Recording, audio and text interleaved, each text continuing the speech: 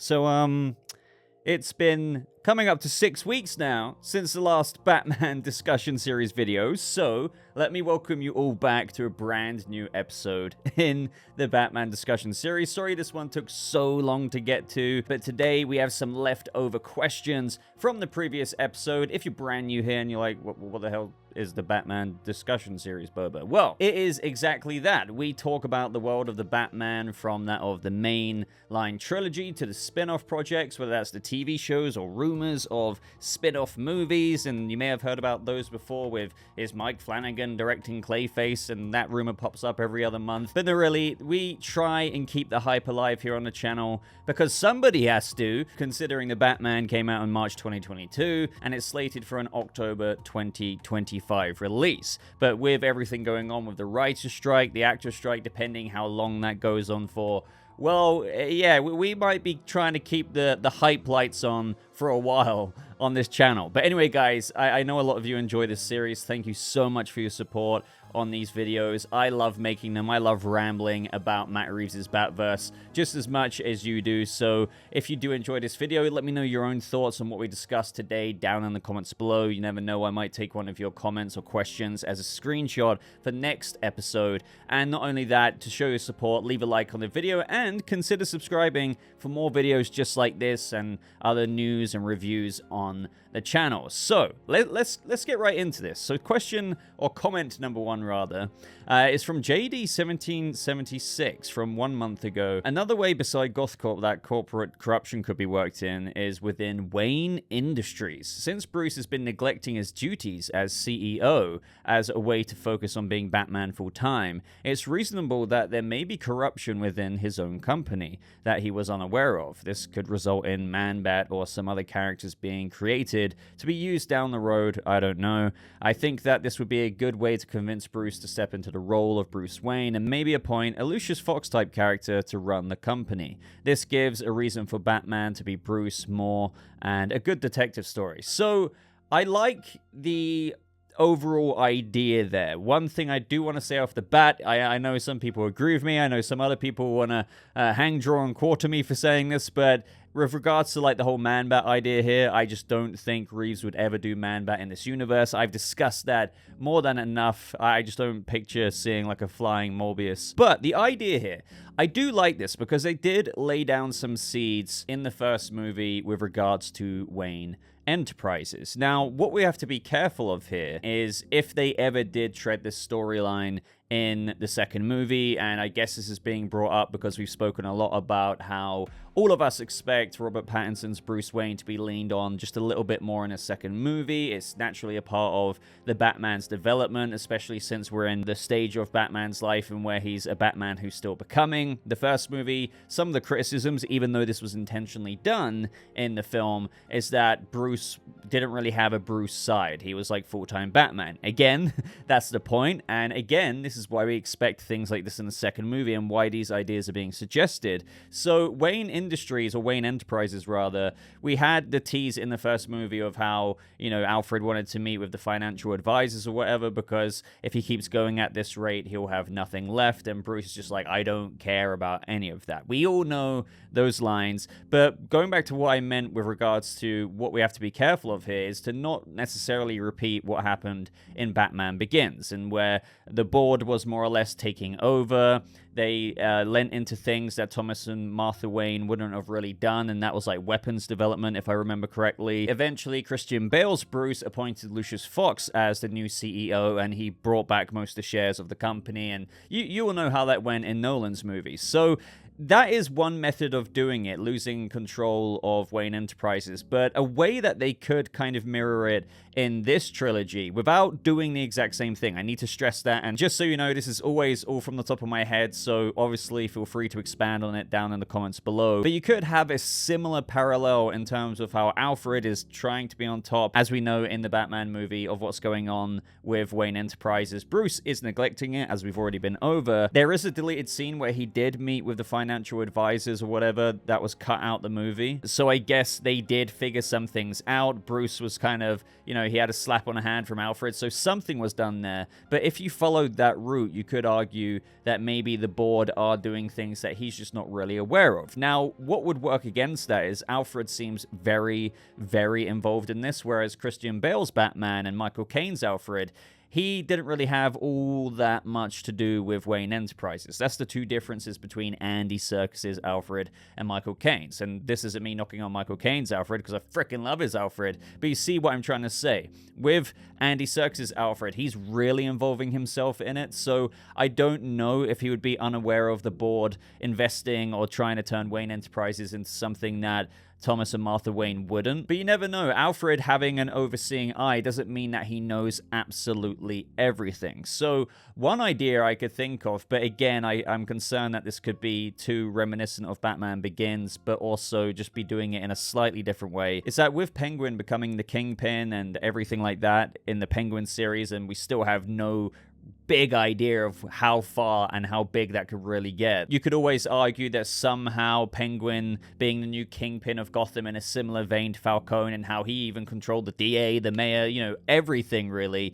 Somehow Penguin or other people or other bad characters out there could be involved with members of the board on Wayne Enterprises. And that would lead to a bit of corruption, not in like the typical sense, but more of the mobster sense. And obviously that would be quite a shell shock for Bruce and Alfred to find out about, that his own company could be supplying, I don't know, something. I don't know whether it's arms or from the R&D department or just money laundering. I have no idea. But that could be one way to tie it back into the story, with the obvious and central figure being Oswald Cobblepot rising to the top of Kingpin status by the end of the Penguin series. And we know for a fact that whatever the storyline culminates to in that of the Penguin series, it links into the plot of the Batman 2, a plot in where we expect Bruce Wayne to be leaned on a little bit more. Now, this would, again, that was just like a really rough example. Please, please, please insert more ideas of how they could do something involving Wayne Enterprises corruption, but not necessarily replicating Batman Begins. But this would bring Bruce out into the open a little bit more, and that would be a really cool way of doing it. I've always been asked about Lucius Fox. I'm still unsure. I wouldn't say no to it, because you could argue just because in this version, and this isn't, again, knocking down Christian Bale's version, you know, he was still Bruce Wayne, he was still the Dark Knight,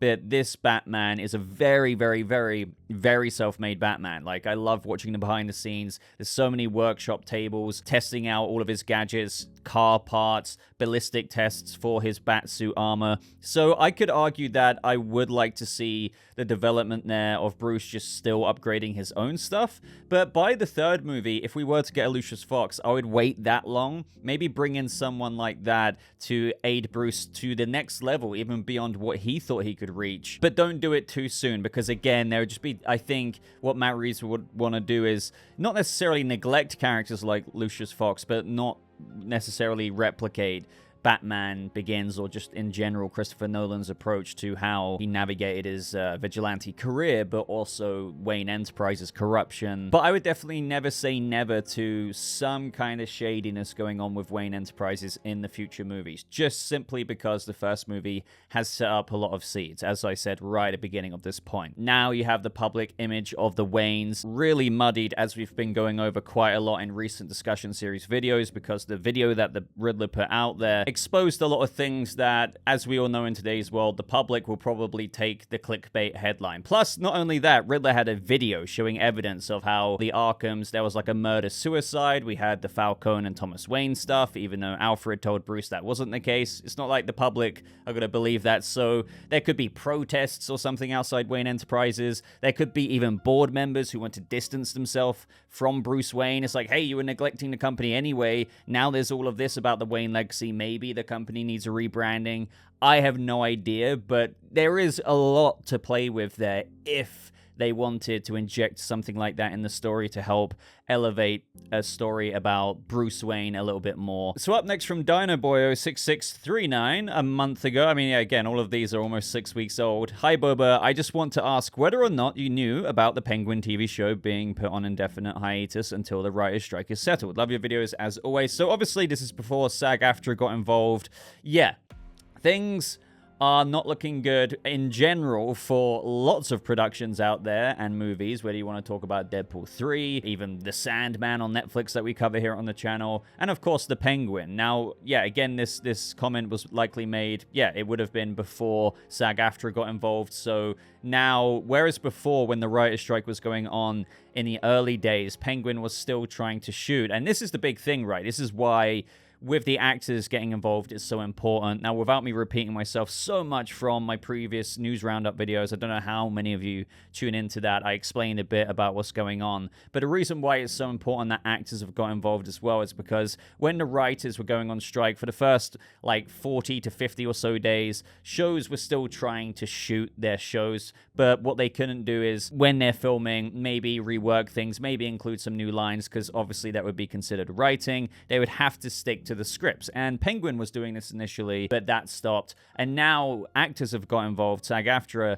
in solidarity with the writers on strike, they can't even shoot anything. They can't even shoot strictly adhering to the script. It's all completely slam on the brakes to the car. So yeah, I'm very fully aware that the Penguin TV show has been put on indefinite hiatus till things are settled. This could be, and I'm sure what a lot of you want my take on, this could be going on for quite a long time. Again, I think for everyone's best interest, people want it hopefully done sooner, but so long as the deals are met by the studios, or the terms and conditions rather. But if it does go on for a while, this is pretty sketchy, just in terms of the Batman Part 2, obviously the Penguin, because initially, as we knew, it was a bit of a bummer to find out that the Batman was supposed to enter production November, so only technically really in a few months' time, but that got pushed back to March of 2024. Now, we've spoken enough about how that shouldn't really affect the release date. A lot of films don't take as long as the first film took to shoot, and that had a massive 18-month production because of COVID.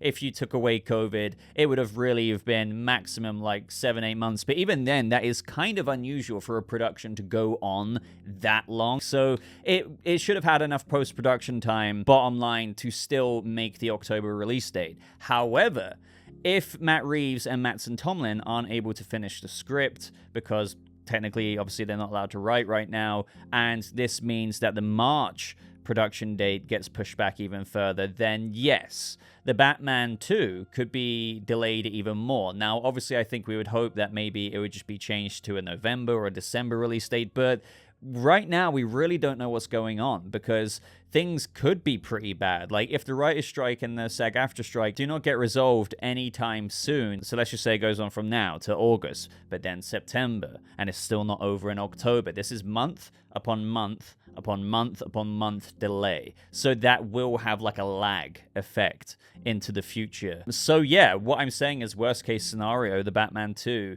if things keep up the way it's keeping up right now, could be delayed until 2026, and I imagine if they do delay it until 2026, it could have a similar release date to that of the Batman, in where the Batman 2 could release March 2026. And as for the Penguin show, then yeah, that was obviously meant to come out next year, but once again, as you can probably tell, given that they've completely halted shooting, and this could be going, hopefully it won't go on for months upon months upon months, but some predictions say that it could do. Right now, Warner Brothers is looking at even pushing certain movies like Dune Part 2, which releases in November, to next year, because they expect that the strike could be going on till the point of November, which just shows you that the studios don't even have faith, which, as we know, they're not even coming to the table and meeting the writers halfway, so that's not surprising. So, long story short, without rambling about this for too much longer, well, if you think about it this way, if the Batman could get pushed back from its October 2025 release date to 2026, then yeah, obviously the Penguin could go from 2024 to a 2025 show to kind of fit that similar lineup it had previously, with the amount of time between the Penguin and the Batman 2 movie. So honestly, as we're all huge Batman fans, it's to the point of still having this discussion series right now in between no content happening, really. This sucks, but it is important, obviously, as I've gone on and on about in live streams and my previous videos, that this happens. I recommend checking out the beginning first 9 minutes of my video on Friday, my news roundup, if you want to learn a little bit more about what the writers are seeking, how much it would actually cost the studios from their profits each year to actually resolve this, and it's in the 0.0 1 something percent of their profits, so it's not really detrimental to their business.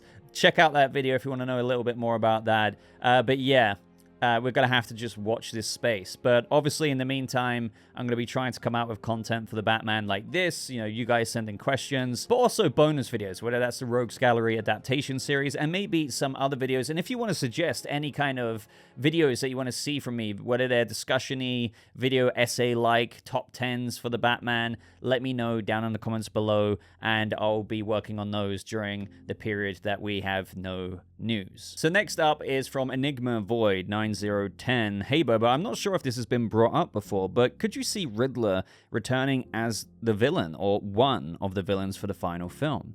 For a trilogy with infinite potential, it could be a waste of a movie to redo the same antagonist, but it would be the first Batman movie to have him fight a main villain he's already fought, which could add to the world building, setting up the comic bookness of the villains being recurring in Gotham. Plus, we would get to see a Riddler who has finished his character arc and become more comic accurate, fight a now more experienced Detective Batman, setting up a Moriarty relationship and showing how much Bruce and the city has evolved throughout the trilogy by contrast with their first encounter. Or alternatively, what other route could they take? Love to know what you think. So first of all, yes, I can see this happening, just because we cannot forget. Like, this may not go anywhere. I do want to entertain that just because of that scene towards the end of the movie where Batman had already saved a lot of people, and that was on the news. The security guard was watching it, and Riddler was crying about it because Batman had foiled his whole plan. People were getting saved. That scene literally teased and quite literally,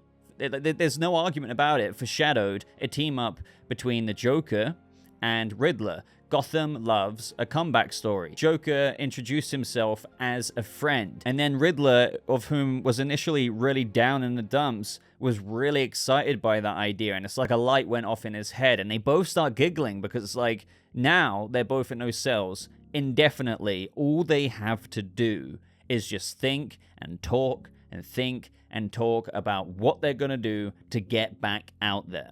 So no matter what, if you want to rewatch that scene, fair enough, but you can't tell me that that didn't foreshadow them getting out one day. Now, it could just be headcanon, so we might not ever see it in the movies, you could argue. But for example, with the movies ending with number 3, because Matt Reeves, I always get questions about this. How do you know it's 3 movies? Matt Reeves has said it before, but anyway, what I'm trying to say is it could be something that's foreshadowed, maybe not to be seen in the movies, but Batman could just be dealing with that at hypothetical movie number 6 or something like that. But I do think it is an actual real possibility because we also have the Arkham Asylum show. So one could argue that given that the Penguin series is the bridge, the literal bridge, narratively speaking, from the Batman 1 to that of the Batman 2, the Arkham show could serve a similar purpose, as I've said before, between the Batman 2 and the Batman 3, and where it shows a haunted house that is Arkham. I'm sure many other aspects of what makes up Arkham, maybe other Rogues Gallery characters early in their career. We've all talked about that before. Maybe there's Hugo there, maybe there's a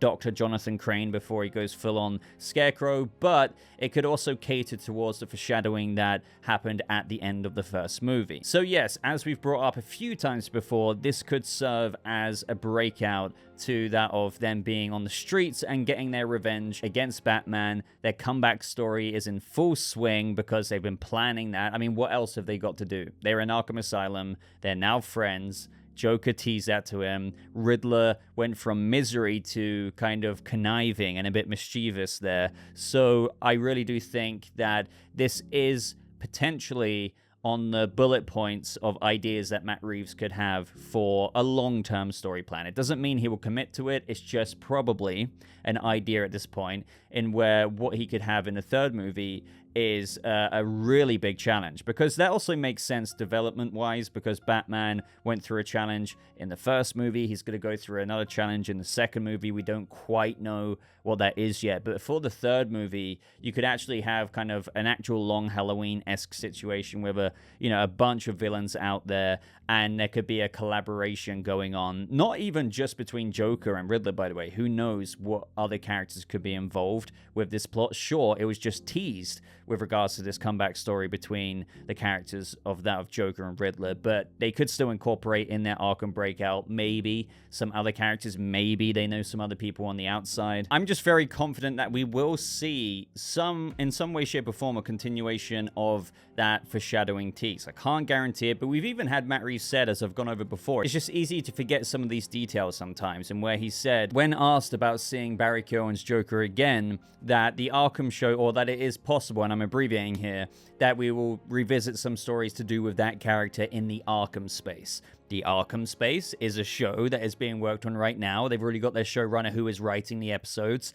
So the idea, connecting back to what I said about how that facilitates maybe the setup for the plot of the next movie, just like how apparently the Penguin will, it just seems that that could be a direction. Sure, things could be subject to change, but I do think we will see Barry Keoghan again. I do think we will see Paul Dano's Riddler again, just given the nature of that tease. It seems that, with the Riddler's brains, I mean, he's so intelligent. That doesn't need to be debated. But guess who else is intelligent? As we saw on the deleted Arkham scene and just in the character in of himself, the Joker. I mean, that whole conversation, as we know, became this whole psychoanalytical evaluation of Batman, even though he went there to talk about someone else. Joker ate that up and just flipped the situation back on Batsy because he's so much more fun. So, yeah, I do think that would happen. I don't think Riddler will be alone in his breakout. I do completely agree that it would be really cool to see now Riddler has gone through the effort he has in the first movie. Now he's in Arkham. Now he's known to the world. You could argue there would be like a growth there, perhaps a bit more comic accurate. Not that I'm saying he wasn't in the movie, but it's just the evolution, right? Just like the Batman who's still becoming, so are the villains. As Matt Reeves said, the Joker hasn't even called himself the Joker, even though that's in the script and that's in the subtitles. These are still rogues gallery characters who are still becoming. So when we see the Riddler again, and arguably the Joker, by the way, because he already got put away by Batman through his serial killings, when both these characters pop back out for the second time, Riddler won't need to wear a mask anymore. The public knows who he is. Maybe he'll wear a bit of a disguise, considering he might be walking around the Gotham streets, so you could argue there could be a top hat to hide something, or maybe he'll wear a cane.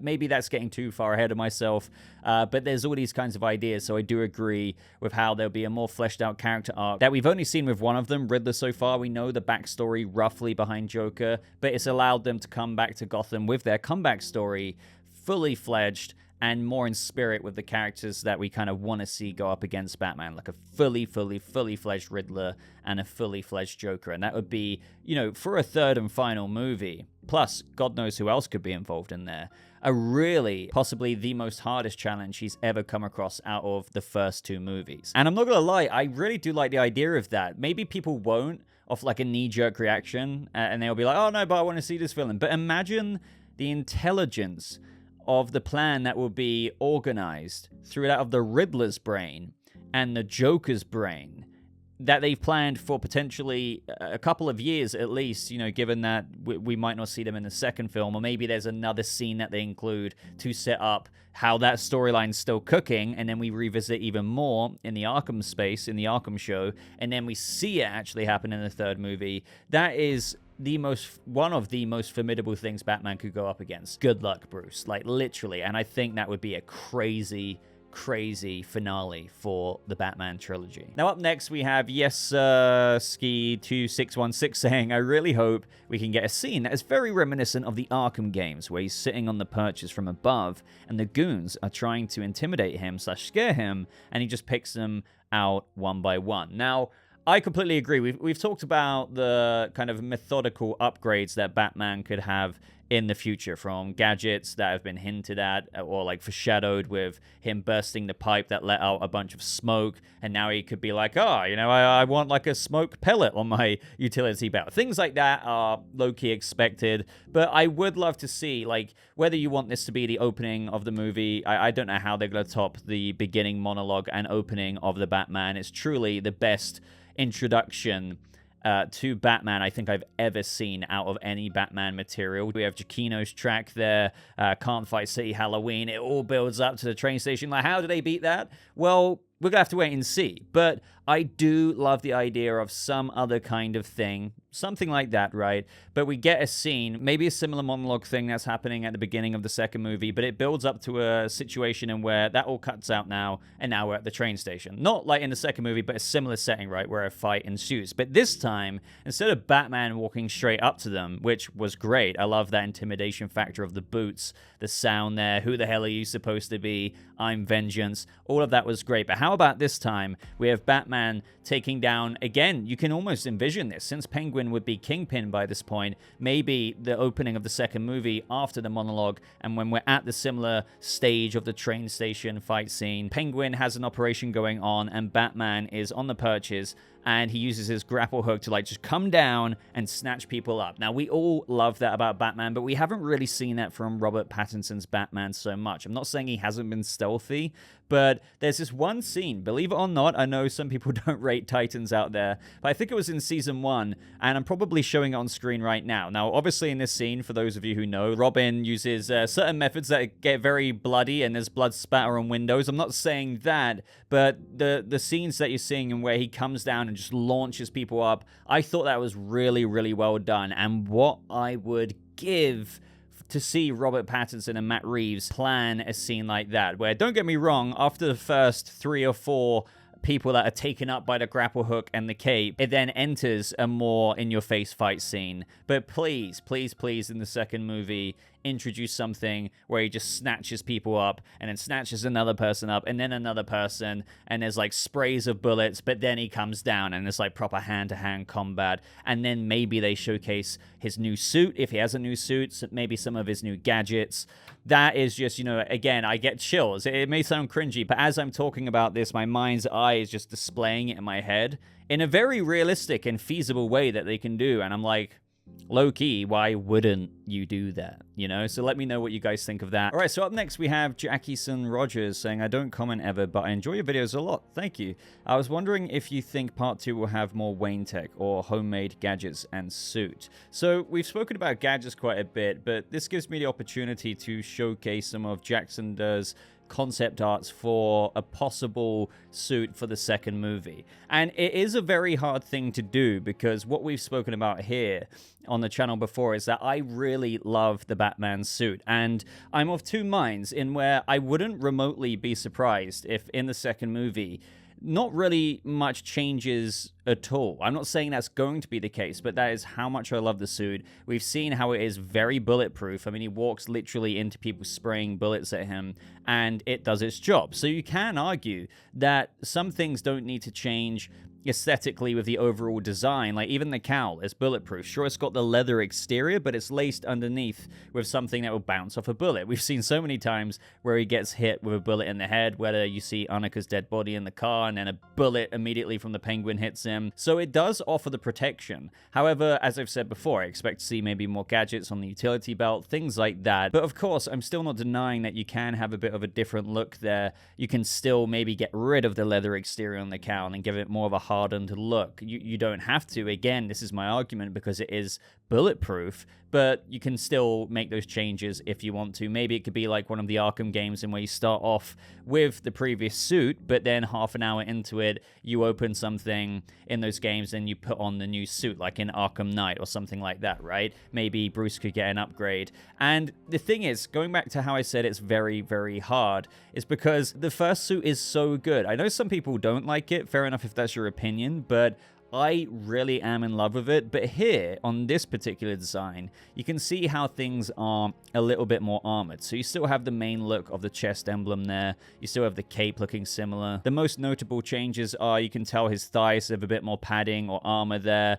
Obviously down to the actual boots are, you know, very armored. And I don't know if we would get that kind, because this is more like an Arkham Knight upgrade in my mind. Not as like crazy plated as Arkham Knight, but it's like adding a little bit more shieldy bulk to it. Like another notable change is the wrist gauntlets. You no longer have the little grapple hooks there. It's more plated. I think there's even a blade coming out the side. If you look up close, there's a little bit of a golden yellow tint around the actual bat emblem as well. So what my point is here, I think I love the design so much that here, even in this concept art by Jackson, here, it's mostly looking the same, but there are still upgrades there. And the cape is a bit different as well. Obviously, he has white eyes, but that is a huge debate. I kind of vote against it overall just because you can see the emotion in Robert Pattinson's eyes when you have a cow without white eyes. That kind of eliminates that. However, as I've said before, it doesn't mean that if he enters detective vision or if he upgrades his contact lenses that maybe they make his eyes go white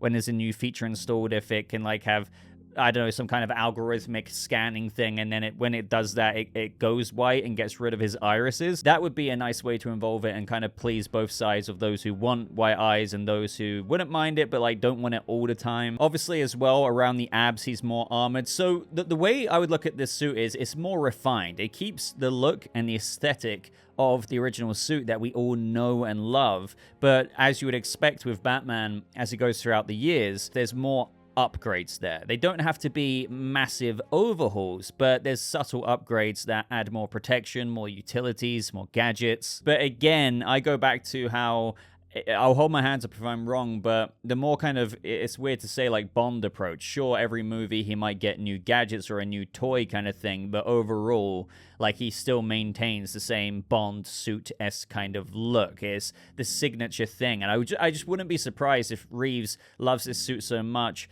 that it largely stays the same. I'm not saying there wouldn't be some aesthetic changes, but it could still largely stay the same. But throughout the movie, you see that Bruce has got this new toy or that new toy, or the Batmobile's got this new change. But the suit, well, it kind of was protective enough in the first movie, outside obviously being shot point blank with a double barrel, but even by that point, he had already been shot a billion times on the way to Falcone's place and things like that. So I'm not saying that there won't be upgrades. I just am absolutely split down the middle as to if there will be upgrades, as in visual changes to the suit, design changes, or not. Again, I need to stress to you, that's how divisive it is for me. Or not divisive, but like how clueless I am. Sure, to some of you, it may be like, Boba, isn't it so obvious that they're actually going to change the design? I'm like, no, I actually don't think it is that obvious. But then the other split down the middle, 50% of me is like, well, okay, they could keep a lot, but actually still change visually and design-wise, aesthetically, some things. So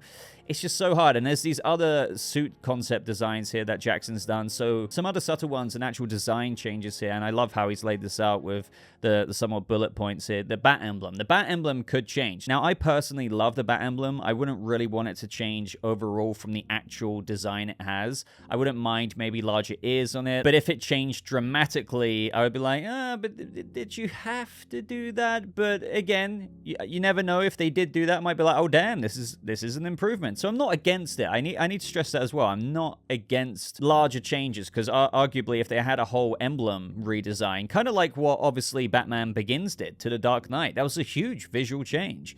It's an example of how it can happen. There's multiple different designs here. Obviously, there's more gold around this emblem here. There's other changes, even subtly to the cow. It may still largely look the same, but instead of maybe the flatter nose approach, as many people want, more of a pointy approach. Now, for me, believe it or not, I actually really like the cow, even the flat bit that people complain about, because I've seen fan edits, and I'm not even talking about this one, or maybe if I do look closely, I just don't know if the pointed nose with the cow that we currently have right now achieves everything that people think that it's going to achieve. I think for me, it's going to have to be a wait-and-see situation. I know I keep repeating myself there. There's other things like, for example, the straps on his arm turning into blades. I can totally see things like that. So that's the vision I'm trying to give you here. The suit looking largely the same, but as we go throughout the movies, there are like blatant changes. So it's like straps, literal straps turning to blades. Makes sense. More things on his utility belt. Maybe more protective boots versus the ones that we saw in the movie. Maybe not as armored as we see in some of these concept designs. Not that I'm against how awesome they look here,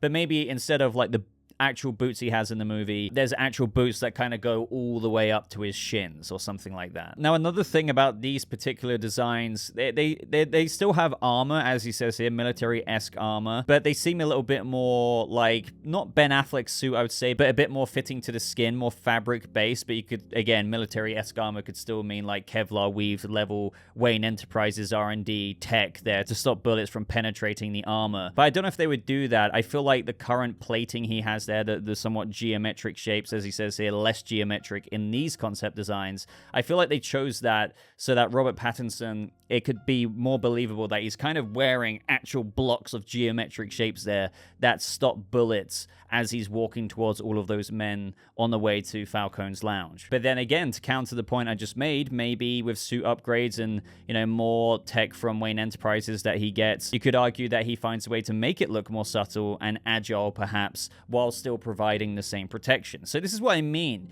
Anything could go. It's just what will be implemented, how much of the design that was really popular in the first movie, to most people, I would say, maybe you disagree there, how much would they get rid of, how much will they keep the same, yet still offer new changes and upgrades there? Because one thing I do want to conclude this with is that I don't think, and I need to make this clear, despite what I've said, I don't think the suit will look identical from the first Batman movie to looking identically the same in the Batman Part 3.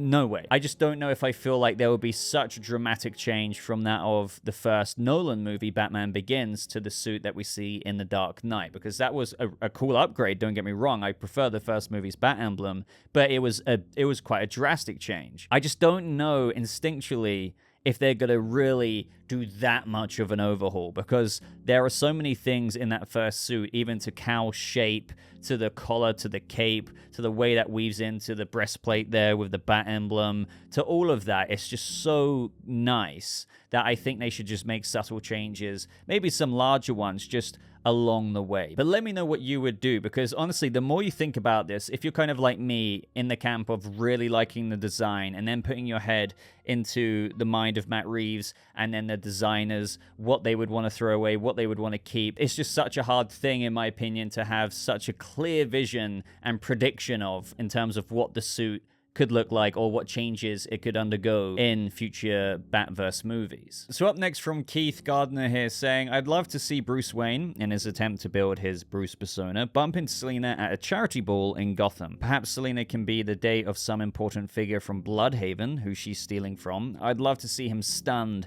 and fall back into his shy Bruce Wayne while Selina asks him, what are you staring at? I spoke about this, I don't know if it was like an episode or two ago in the discussion series, but this is exactly what I'm on about. Lots of people have been like racking their brains into figuring out how Selina could return. I mean, I think she will be in the second movie, but I think people question the second movie because it's like, well, what story could there be? Like, really? Maybe just, we know she'll come back, but maybe just leave her for the second movie and bring her back in the third movie. I'm not saying that's impossible, but I do think that, yes, she's gone away from Gotham to Bloodhaven, but she, in her last words to Bruce, wanted to, like, rip off some hedge fund types and say it would be fun, the bat and the cat, but he's like, nah, you're already spoken for. So the time that we will see her and what I want, and it is very kind of typical cliche Selina Kyle and Bruce Wayne, or Batman and Catwoman, is a Batman the Animated Series type thing where, again, as we expect Bruce Wayne to go out there a bit more. Maybe he's reluctantly agreeing to Alfred's suggestions about going out there, Bruce, you need to go to this, public event because you need to rebuild the Wayne name, make your face known. You can't afford not to, especially after that Riddler video that, we've gone over and how the public could perceive that. All of these kinds of things. That they could, invent 1,000 things to make it more relevant for Bruce to reluctantly kind of go out there. Maybe the mayor, Bella Real, has invited him to have his face appear at an event in the Batman 2 because, after all, in that church scene, she said she was going to call him back up on what happened right before the car burst through with Gil Colson. So, imagine this, as per what Keith is saying, Batman the Animated Series kind of romancy style. Bruce, what we can't forget, he knows what Selina looks like. She does not know, as per the typical superhero disguise, that if she saw Bruce Wayne's face, she wouldn't know he's Batman. Maybe there'll be, and the way the camera and the cinematography could play this, and I love, again, I'm envisioning it in my mind's eye, there's this vibe, and there's some familiarity there for her, but ultimately she shakes it off, and she is like, what are you staring at? Bruce could see her completely get shaken, and then maybe the story story goes from there. Whether you want to say that the event gets crashed by some rogues gallery character or just some goons, penguins, people, I have no idea, because it'd be pretty cool if Bruce has to like kind of run out and then come in as Batman, and then Selina's kind of doing her thing. Who knows? Or maybe he just pursues her after that as Batman because he knows that she's in town. But if you have any alternative way of figuring out how Selina comes back from Bloodhaven to Gotham in the Batman Part 2, let me know. But I do think this would be the most organic way to do it. It may be a bit like, oh, formulaic of what we've somewhat seen before in various different Batman media. But I do think it's the perfect excuse, because we do expect Bruce to go out there a bit more. He knows what Selina looks like. She doesn't know that Batman is Bruce Wayne. So it just feels so natural to follow that kind of flirty, kind of underlying romance of Bruce trying to like put her behind him. She's gone now. He's sure he's sad about it, but he's getting on. He's spoken for. He's looking after Gotham, and then bam, smack, pow. There she is at an event, and he's like, oh, God. Oh, God. Oh, God, here we go again. You know, I would love that. And also, it would just make things interesting for the Bruce Wayne scenes. Imagine a dialogue with Selina. Or, like, maybe this guy that she's with who's attending the event knows Bruce Wayne or has heard of Bruce Wayne, and he's just like, hey, honey, like, Selina, have you met the famous Bruce Wayne? And can you imagine? He's like, hi. Obviously, you know, again, I'm not writing this scene right now, but I can imagine how well that could really go, and I do think fans would really love that. And as Matt Reeves said as well, they're both kind of like opposite sides of the magnet. It's kind of this sad love story because they love each other, but they're never going to be together. So maybe she can fit into a bit of troublemaking in where, like, she is going to be delving even more into Catwoman mode, and that will be really hard for Bruce because he's going to have to reconcile with the fact that, you know, he's kind of biased towards her, but he can't necessarily let her do whatever she's going to do. So, again, would love to hear your suggestions, and I would love to know if you agree with what Keith and I are more or less saying here with how she can very organically come back in. Because just because she went to Bloodhaven, it doesn't mean that she's not going to return to some kind of socialite event with some rich CEO. But everyone, that is just about everything I want to talk about in today's video. I think I've been rambling for long enough. So, of course, let me know your thoughts on everything we discussed down in the comments below. Don't forget that I read every single comment. I go through the YouTube app on my phone. It's very easy for me to do so. So I'll be trying to reply to as many as I can, hearting as many as I can. I really love the community and engagement we have on this channel in general, but also the passion in the Batman side of the community of this YouTube channel is just insane. So I can't wait to see what you guys say. If you enjoyed this video, please support the channel by leaving a like on it. That helps out way more than you probably know. But until next time, ladies and gentlemen, really appreciate you all watching. I hope you have a lovely rest of your day. And I'll see you, Bat family, in the next video.